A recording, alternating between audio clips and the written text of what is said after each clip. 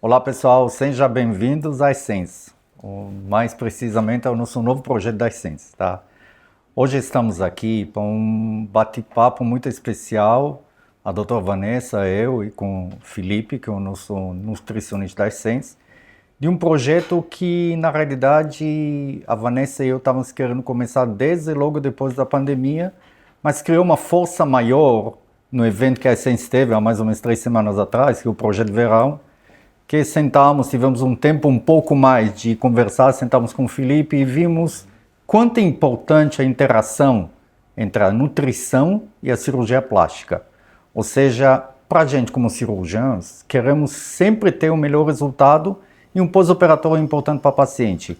Então, hoje vamos conversar com o Felipe sobre a nutrição no pré e pós-operatório. Então, sejam todo mundo bem-vindos e vamos lá. Felipe, assim, uma das coisas que a gente bate muito que a cirurgia plástica não é só o momento da cirurgia, né? Ela envolve todo um preparo pré-operatório com exames. A paciente às vezes passa por uma bateria de exames, vai para o cardiologista, passa por algum outro especialista quando é necessário, e a gente esquece um pouco que a gente é o que a gente come.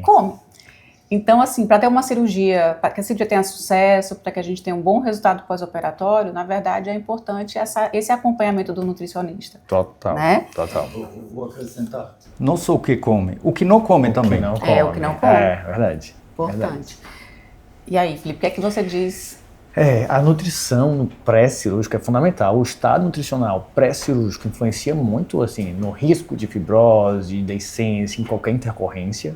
E a nutrição no pré ajuda muito a gente a melhorar o estado nutricional do paciente, corrigir carência nutricional, reduzir percentual de gordura, fazendo com que aquele paciente perca mais peso até chegar na cirurgia, aumentar musculatura, massa magra, isso vai ajudar ele nesse período que ele vai ficar parado sem exercício no pós.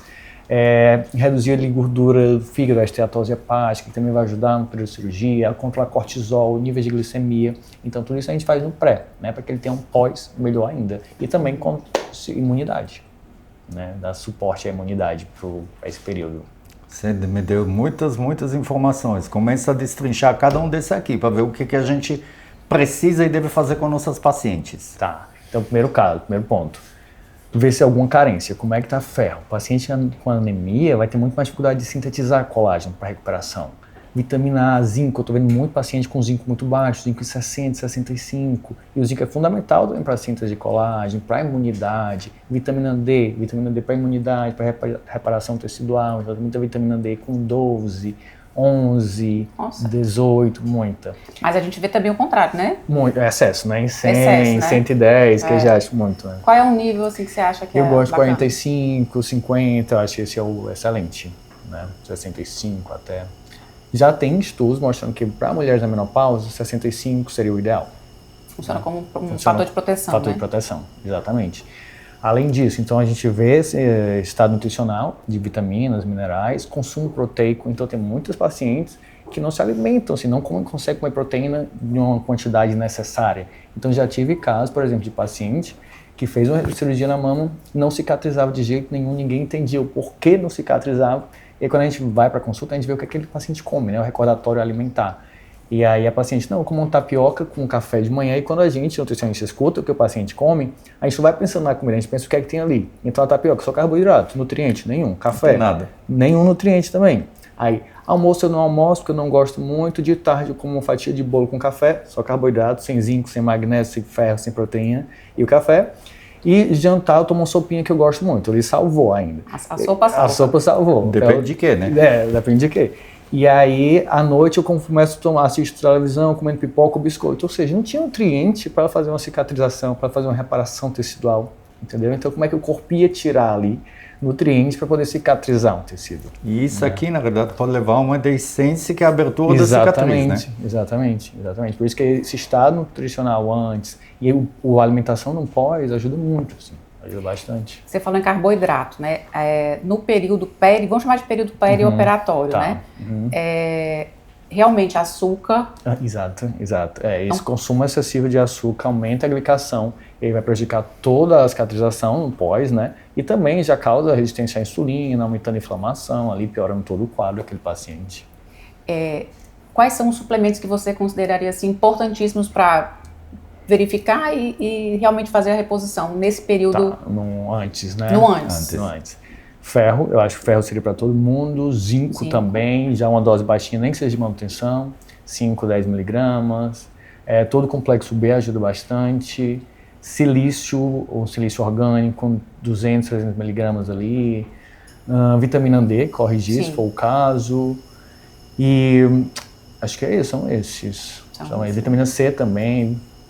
E qual o tempo que a paciente tem que ir para o nutricionista, assim, o período que ela deveria ir, claro, a gente deveria fazer isso sempre, né? Mas para a cirurgia especificamente, quanto tempo antes? Pensou em cirurgia, já tem que pensar nessa alimentação para a cirurgia, porque teoricamente não se pode fazer uma restrição calórica 30 dias antes da cirurgia. Só que a maioria dos casos, o paciente já vem em última hora, né? Então a gente tem que fazer uma redução ali para que ele perca peso e acaba que deixando na parte da suplementação a reposição de nutriente. Então, assim, pelo menos 2, 3 meses, 6 meses seria excelente, que a gente conseguiria trabalhar tudo isso, perder peso, ganhar músculo, que é um processo lento, corrigir carência e já entregar o paciente ali prontinho para a cirurgia. Né? Vamos lá.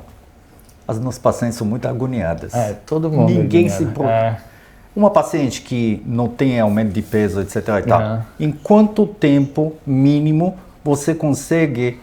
Uma paciente que não tem desnutrição. Tá bem. Quanto tempo você consegue deixar elas prontas pra gente? 30 dias. Perfeito. 30 então pronto, tá aqui a dica, 30 dias. Quem tá bem. Quem tá bem. Aí a gente fala em quem tá bem, a perda de peso é uma coisa gradual, né? Mas hoje em dia a gente vê muito paciente, é o problema que a gente tem na cirurgia. Muito paciente que faz dieta restritiva ou porque toma uma medicação e tal. E a gente fala das canetinhas, né? Alguma particularidade desse paciente? É um paciente que já está provavelmente desnutrido, né? Que é um paciente que já não está mais conseguindo comer nada, então tem uma redução da ingestão calórica e junto a essa ingestão calórica reduzida, reduz a ingestão de micronutrientes, de proteína, então já é um paciente que chega para a gente bem desnutrido, assim, com um catabolismo muito alto, perdendo muita massa magra. Então esse paciente chegou para mim, perdeu 8 quilos com a canetinha, mas 4 foi de músculo. E 4 de gordura. Ou seja, não é só o peso, né? Não é só o peso. A importância da bioimpedância. Exato. Do acompanhamento, da ingestão proteica, mesmo com a fome inibida ali, né? Com o apetite inibido. E a gente vê isso muito também na qualidade da pele, né? Ela chega com uma pele sem elasticidade, uma pele muito fina, uma pele pobre, né? Exato. Não vai dar o mesmo resultado que a gente quer no pós-operatório. Ao contrário também, eu tive uma paciente que ela tinha uma dieta baseada em proteína. Tá. Só proteína. Comum. Dieta carnívora, certo? E ela teve problemas de cicatrização no pós-operatório. Eu acredito que assim, ela não comia realmente nada de carboidrato. Então esse contrário também é completamente verdade. Totalmente, né? Porque não é só, a gente pensa que é só proteína que vai gerar o músculo, mas quem dá energia para criar músculo é o carboidrato. Então a proteína é só como se fosse o tijolinho ali para construção. Mas o carboidrato seriam os trabalhadores, assim, seriam quem vai montar esses tijolinhos. Então a gente precisa da energia que vem do carboidrato para poder para poder aumentar a produção de músculo. Sem carboidrato também não tem síntese e, pelo contrário, aumenta o catabolismo proteico. Eu vou perdendo mais proteína, porque eu não tenho carboidrato. Então o corpo pega essa proteína e usa como fonte de energia. E aí, fora que a dieta carnívora é uma dieta que você só come carne, a natureza é muito rica, então tem tubérculos, verduras, frutas, folhas e as carnes, e você come sementes, você come só carne, então você reduz muito, inclusive, a ingestão de nutrientes, né? Falando em dietas, regime que as pessoas estão fazendo, tem também muito paciente que chega aqui para a gente com uma dieta cetogênica ou aquele que está na moda, intermitente, vou comer, jejum intermitente, vou comer, não vou comer. Tem paciente que às vezes chega pra gente, que a gente pede umas 6 horas de jejum. Chega, não doutor, não estou comendo já um dia. Então isso aqui é muito ruim. Explica um pouquinho. O que é ruim para paciente chegar para uma cirurgia sem comer tantas horas? Eu acho que as pessoas precisam de uma educação alimentar como um todo. Por isso que a importância desse acompanhamento nutricional para uma vida, assim, devia estar na escola. Porque devia estar na escola. Porque as pessoas não sabem se alimentar bem, acreditam em tudo que escutam. Sim. E aí acontece isso, de jejum de 24 horas, jejum de 36 horas, o que é um absurdo, né? Principalmente quando é feito como um estilo de vida, quando não é feito de uma maneira estratégia, pontual, acompanhada por um profissional. E aí isso vai ter inúmeros prejuízos, desde redução de micronutrientes, perda de massa muscular, indisposição, alteração de função da tireoide. Quando a gente reduz o consumo calórico, primeiro que sofre a tireoide. Então, vai ter uma privação calórica, a tireoide começa a ser prejudicada, né? E aí, por isso o metabolismo todo sofre. Só para fazer um comentário, casualmente li ontem, que exatamente por causa dessas alterações de alimentação, já tem vários trabalhos que mostram a incidência de câncer de intestino grosso em paciente jovem, que não existia isso há alguns anos atrás. Porque hoje toda essa comida ultraprocessada, processada, sem comer verduras, frutas suficientes, causa aumento desse tipo de câncer. Ou seja, a gente tem que balançar a nossa alimentação. Exatamente. Essa relação do câncer de intestino está muito associado principalmente à redução de fibra. Então ninguém come mais semente, fruta, verdura, que é onde tem a maior parte das fibras, e também ao consumo de produto industrializado, com muito aditivo químico, com muito corante artificial, adoçante artificial. E aí estuda embutidos, né, que é salsicha, linguiça, peito de peru, presunto. Então tudo isso aumenta, sim, com certeza. Que a gente sabe como são gostosos, mas são ruins, né, pra gente. Péssimos. Né? E quando a gente fala em pós-operatório, né, falando da cirurgia especificamente, quando a gente fala em pós-operatório, quanto tempo o paciente poderia iniciar uma dieta restritiva num pós-operatório? Vamos lá, eu vou pedir para elas querem saber quando é que elas vão voltar a usar a canetinha, né? Quanto tempo, Felipe? As canetinhas, eu acho que pelo menos com uns 20, 30 dias depois. Tem que esperar, né? Tem que esperar. A dieta restritiva não se faz 30 dias depois da cirurgia. Exato. Depois da cirurgia, o corpo vai aumentar muito a necessidade de carboidratos, proteína, de vitamina A, de vitamina C, de zinco, de magnésio. Então não é hora de fazer dietas com restrita. E a maioria das pessoas, sem orientação, acabam fazendo por dois motivos. Ou porque elas têm medo de ganhar peso, porque vão passar ali paradas, sem atividade física.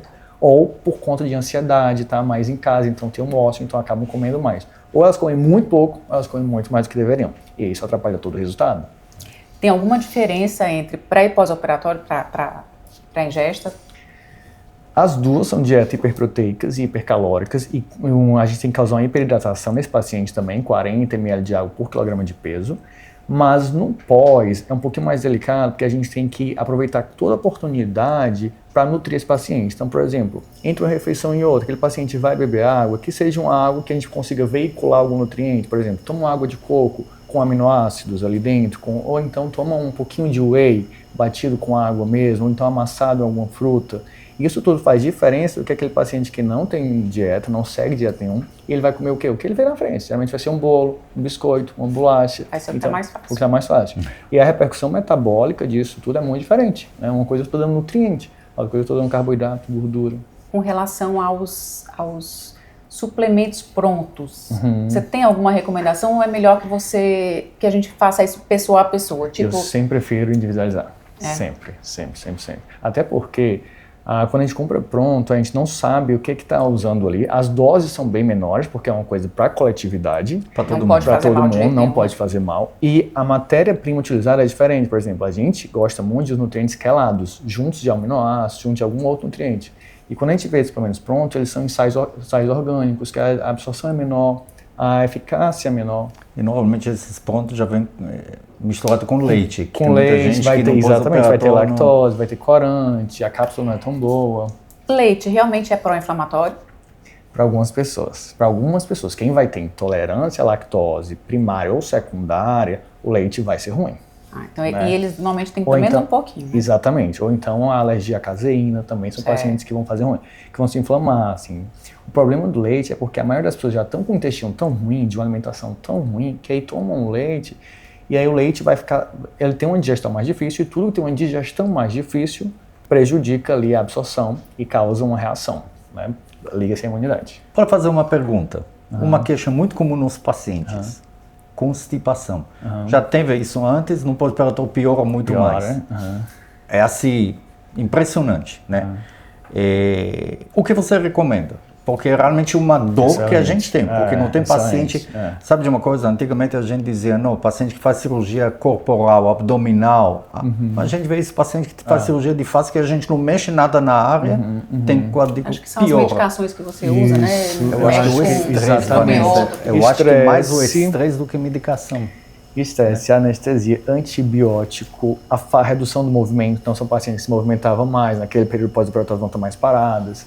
E aí isso realmente pode piorar o intestino. E o que a gente usa? Dependendo do paciente, se ele tiver uma boa digestão, a gente pode usar algumas fibras, mas na maioria das vezes as fibras vão fermentar, então eles não vão conseguir, vão causar desconforto. A gente pode usar probiótico, a gente pode usar aloe vera, que a gente consegue comprar aloe vera em loja de suplementação, não é tirar do jardim e tomar, tem que ser pasteurizado, tem que ser o extrato, aqui com gel de aloe vera, padronizado, pasteurizado, um gel, exatamente. Ou na forma de suplementação, em cápsulas que a gente extrai a aloína, que é a substância ali que a gente quer dentro do aloe vera. Ou probiótico, que a gente poderia usar também, né? Então, inclusive, probiótico a gente pode comprar pronto em loja de suplementação. Aí a gente tem vários que seriam muito bons. Fazer, né? De acordo ou manipular, com a necessidade. Exatamente. Tem aqueles alimentos que são formadores de gases, né? Como é que chama? Os food maps. Isso também deveria ser evitado? Poderia ser evitado para diminuir Poderia ser evitado. O paciente pode, já não bota muito feijão, não bota muito leguminosos, brócolis, repolho, porque podem sim, são mais fermentativos e aí podem causar desconforto, né? Aquele paciente que já está ali com um pós-cirúrgico. Existe um peso ideal ou um percentual de gordura ideal para operar? Eu acho que quanto mais perto do normal, do percentual de gordura normal, que para homem entre 10% a 15%, para mulher entre 20% a 25%, melhor. Então, quanto mais perto a gente tiver disso, eu acho que facilita até para vocês. Né? Ajuda porque reduz até a inflamação, exato, né? Você consegue se recuperar muito melhor. E o resultado sempre fica melhor. Mas tem uma linha de corte, tipo assim, o IMC de tanto eu não operaria. Vamos falar de IMC, que é uma coisa que todo mundo conhece. Você acha que tem alguma coisa assim ou não? Para vocês. Pra gente, que pra sabem. Pra gente, assim, a ideia sempre é de 26 a 28, nunca mas na realidade, mais às vezes, Vanessa, a gente recebe pacientes que diz que não vai, ela não pretende perder peso porque ela se sente bem nesse peso. Então, no momento que ela sabe esse ponto de vista, eu acho que ela quer ficar uma gordinha bem feitinha. Então, a gente pode fazer isso, entende? Não é o ideal em paciente que está querendo, chega para você e diz, eu quero perder peso, não tem sentido né? Aí, nesse caso, a nutrição entra garantindo a qualidade de vida, garantindo nutrição para essa paciente, mesmo que ela queira manter o peso. Fazer uma dieta de manutenção, mas que seja nutritiva, que ela melhore o hábito alimentar dela, para que ela esteja saudável dentro do peso, né, que ela gosta. Pessoal, olha, nessa conversa que fizemos aqui, né, a gente já está vendo como é importante essa integração entre o Felipe, que é a parte da nutrição, e o centro cirúrgico, nossos resultados e especialmente, pessoal, é o pós-operatório, se torna um pós-operatório muito menos penoso no momento que você vai seguir essas orientações do Felipe. Então, vamos ver se a gente consegue realmente integrar as nossas pacientes para tentar fazer uma rotina com o Felipe no pré-operatório.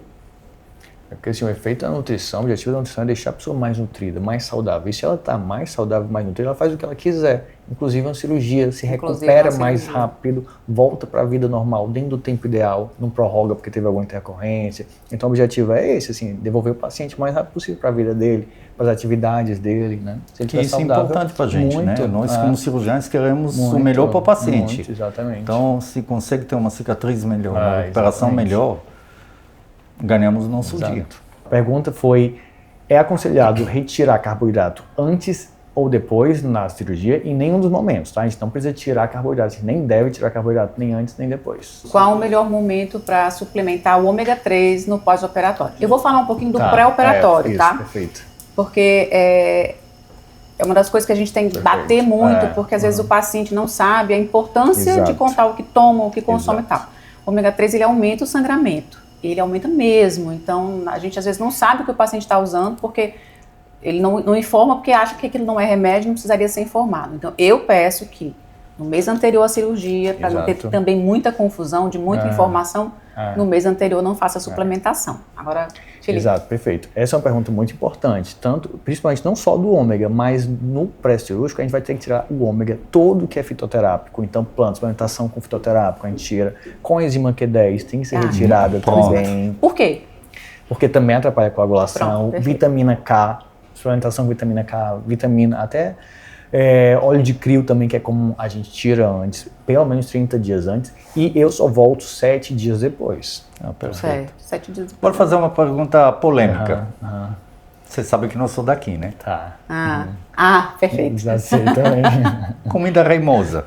Eu não acredito. Na minha terra não tem isso. A primeira vez que eu vi isso foi aqui. Tá. Então vamos ali, comida remosa. Comida remosa não existe. O que é comida remosa? Eu tô rindo aqui por dentro, tá, viu? Tô tentando ficar sério. Comida remosa é aquela que vai inflamar, que vai prejudicar a cirurgia, que pode até abrir a cirurgia, piorar tudo. A remosidade não existe. O que acontece? Existem alguns alimentos que são mais alergênicos, têm um potencial alergênico maior ou uma maior quantidade de histamina. E tem pacientes que realmente têm intolerância à histamina, tem uma dificuldade da produção da enzima DAO, que é a diaminoxidase, que quebra a histamina. E aí, esses pacientes, se eles consumirem esses alimentos, eles vão sentir alguma coisa.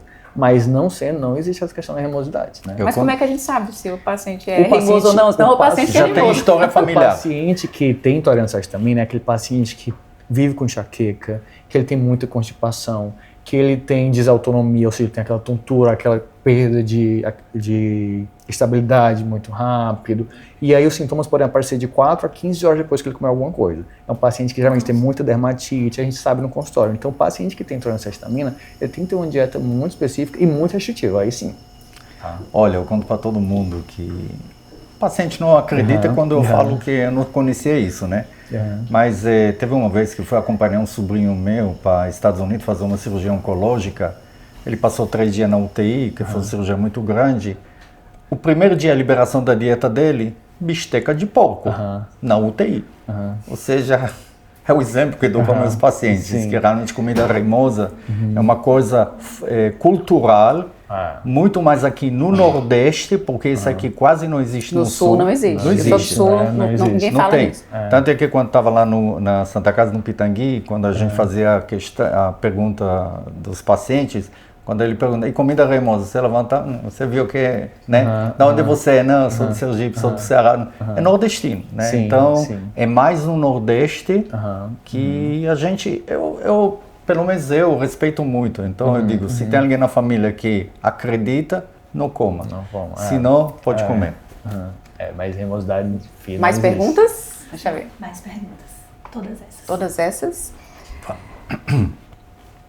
Isso aqui acho que é mais até pra gente, tá, Raim? A pessoa pode fazer alguma plástica junto com a cirurgia de endometriose? O que é que você acha? Eu já recebi essa pergunta, inclusive respondi para a paciente, eu disse que eu pessoalmente não recomendo, porque a endometriose é uma cirurgia que pode se tornar uma cirurgia muito maior do que planejada, e uma cirurgia relativamente grande. Então resolve o problema da endometriose, que depois resolvemos o resto. Isso. Quais alimentos ajudam na cicatrização ou podem prejudicar o processo? Isso aqui já foi. Sei que o Dr. Raim não tem problemas com o reimoso, mas os alimentos inflamatórios devem ser evitados no pré e pós-operatório. Doutores, por que preciso parar de tomar o Monjaro? A gente falou e não falou por quê. Vamos lá. Ele mencionou que cria a desnutrição. Isso em paciente vai prejudicar a nutrição desse paciente, né? Aumentar o catabolismo. Então vamos falar sobre da cirurgia em si, da anestesia, certo? Isso é por parte da nutrição. Vamos falar da cirurgia. O Monjaro, a Tizepatida, todas essas canetinhas, elas diminuem o tempo de aumentam o tempo de esvaziamento gástrico. É como se você tivesse o tempo inteiro com o estômago cheio. Então você... a gente pede para parar de tomar durante pelo menos 3 semanas, mas o mais seguro é 1 mês, né? Porque você pode ter refluxo e aspiração durante a cirurgia. Então a gente pede 3 semanas a 1 mês. Para simplificar, se nós, como cirurgião anestesista, pede um jejum de 6 horas, o estômago não vai esvaziar. Então você precisa de um jejum muito maior.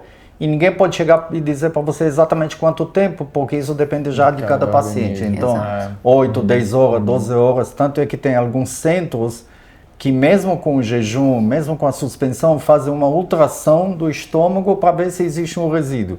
E muitas vezes suspende a cirurgia em cima da hora, né? Então, como a cirurgia da gente é uma cirurgia programada... Eletiva, vamos suspender no mínimo 3 semanas. Não operei com vocês, mas tive problemas de cicatrização. Não fiz acompanhamento nutricional. Isso pode ter influenciado? Total. Né? Tem muito paciente, inclusive, que faz o acompanhamento e aí quando volta diz assim, gente, fez muita diferença, porque ajudou na cicatrização, já tinha feito outras que eu não fui acompanhada e isso prejudicou, essa foi bem melhor. O nosso corpo só entra o quê? Alimentação, água e oxigênio. É o que deveria entrar. Então, as nossas células, elas são reparadas, sustentadas, mantidas por isso. Então, a matéria-prima do nosso corpo são os alimentos. Se eu não me alimento bem, como é que eu vou construir? Como é que eu vou fazer uma reparação tecidual? Como é que eu vou controlar esse estresse que acontece num pós-cirúrgico, né? E aí, quando a gente está falando de uma nutrição, o que é que a nutrição faz? É pegar, ao invés do paciente comer qualquer coisa, é estruturar a alimentação dele para que seja a mais nutritiva possível. Então, vou ofertar para aquele corpo muito mais nutrientes do que ele teria se ele não fizesse acompanhamento. E quanto mais nutrientes, as recomendações para o pós-cirúrgico, inclusive, de micronutrientes, é de 100 a 150% das necessidades. Então, se eu deixo esse paciente mais nutrido, com doses maiores de zinco, de silício, de selênio, de vitamina C, de complexo B, de vitamina D, esse paciente ele vai ter uma capacidade de recuperação muito maior. Até de controlar o estresse oxidativo. Certo. Aí tem uma pergunta aqui que eu achei interessante. Creatina, posso tomar no pós-operatório? Devo tomar? E Perfeito, o whey? Perfeito, os dois podem sim. Inclusive, as nossas células usam muito creatina como fonte de energia, então a gente pode usar a creatina até tanto para melhora da reparação, prevenir perda de músculo e também para melhora do intestino, tá? Para reparação do intestino. E o whey também. O whey, inclusive, 72 horas depois da cirurgia, a gente tem que tomar o whey, tá? Ou qualquer fonte proteica líquida ali, de proteína isolada, né? 72 horas. E o whey não causa constipação? Se for isolado, não, dificilmente. Tá. Tem que ser um whey bom. Sobre o colágeno, outra pergunta que já fizeram também sobre o colágeno. Tem alguma diferença, eu vou oferecer algum tipo de colágeno específico? Ou mais importante, o alimento do que o colágeno? Para cicatrização, né? Para cicatrização e no dia a dia. No dia a dia. Elas perguntam muito isso. No dia a dia o colágeno eu não vejo como necessidade, assim, sabe? A suplementação de colágeno no dia a dia. O colágeno ele vai fazer mais o quê? Ele estimula um pouquinho a produção de colágeno, mas ele melhora mais a hidratação daquela pele. Então agora, se o paciente já tem uma boa alimentação, se ele tem um bom consumo proteico, se ele tem um bom consumo de zinco, selênio, silício, vitamina C, tudo isso que ajuda na formação do colágeno, não tem anemia, ele não precisa suplementar colágeno. Certo. Outra pergunta, assim, sobre suplementação, sobre o ferro. Uma das queixas mais frequentes, além da história da constipação, é a queda de cabelo no pós-operatório. Perfeito. Certo? Suplementação de ferro, realmente, que eu tenho notado isso na prática. Você acha que tem alguma... Total. Ajuda muito a controlar a queda, né? Controlar a queda, a prevenir a queda. Então, não só o ferro, mas é isso, assim, quanto mais nutriente eu ofertar, mais nutrido esse corpo tiver, menor vai ser a repercussão daquela cirurgia no corpo, né? Então, enfraquecimento de unha, de perda de cabelo. Depois de tanta conversa, né, a gente pode dar na verdade, encerrar isso aqui, só dando um recado para todo mundo. Se realmente alguém pensa em fazer uma cirurgia, quer uma transformação, então é importante começar isso aqui de dentro para fora, ou seja, começar com a nutrição e depois chegar para a gente já tudo prontinho, né? Esse é um sonho, então, aqui na Essence, o Felipe está aqui exatamente para isso, uma coisa que a gente está conversando muito com a Vanessa há muito tempo, é o nosso sono de consumo, conseguir fazer essa jornada, essa integração, né? Então, o recado aqui está dado para todo mundo, né? Se você assistiu, se você gostou, se você se interessou, manda isso também para alguém que está planejando ou quer fazer uma cirurgia, pelo menos para ele ter esse insight, essa ideia de como ele pode melhorar o pré e pós-operatório dele, né? Exato. Então, isso aqui é muito importante para a gente. Planejamento, né, é importante, o planejamento tanto na data da cirurgia, etc., e fazer esse planejamento mesmo de preparar o corpo para se submeter a um procedimento, né? Até porque tem uma frase que vocês falam que eu gosto muito, que a cirurgia não é o ponto final, mas é o inicial, né? Então, assim, quando você faz o acompanhamento antes, você começa a criar novos hábitos de saúde que vão deixar a cirurgia, os resultados da cirurgia mais longevos, né? Vai ter uma manutenção maior daquele resultado. Então, mudar hábito vai fazer que ele tenha ganhos para a vida. Né? Verdade. A gente não quer uma cirurgia não é só uma cirurgia, né? Exato. A gente quer uma transformação. Quais são os principais grupos alimentares que a gente esquece um pouco de suplementação? Quais são os grupos alimentares que não devem ser esquecidos num procedimento cirúrgico? Vamos supor aqui, proteína, né? Como é que eu faço para implementar um pouco mais essa... Perfeito. Então vamos lá.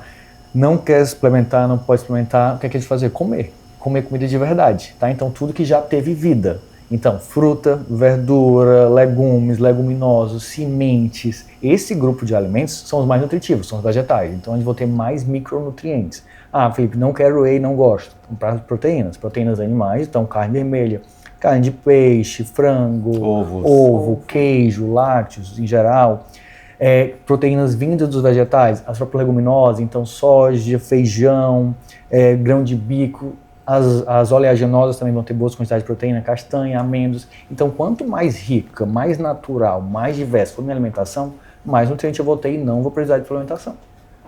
Perfeito. Felipe, parece que as pessoas não querem que a gente termine isso aqui, mas tem que terminar, viu? Eu gostaria de agradecer a Felipe, né? E aqui com a Vanessa, dizendo que essa nossa primeira experiência foi top, né? Foi top. Então já vamos planejar outra nova, outra edição, né? Outra conversa. E vamos conversar aqui com a Vanessa para ver, vamos mandar para todo mundo aqui, para ver quais são as especialidades que estão ligadas para a gente, que vocês querem que seja nosso próximo evento, né? Isso mesmo, vamos lá. A gente pode falar de fisioterapia, dermatologia, tratamentos adjuvantes com laser e tal. A gente pode falar sobre endocrinologia, ginecologia, cirurgia íntima, feminina. Dermatologia. Endocrinologia. E até, vamos falar também com as nossas anestesistas, sim, né? Então vamos pensar aí no que é que vocês querem, a gente vai botar uma caixinha ali, a escolha vai ser de vocês. Muito bem.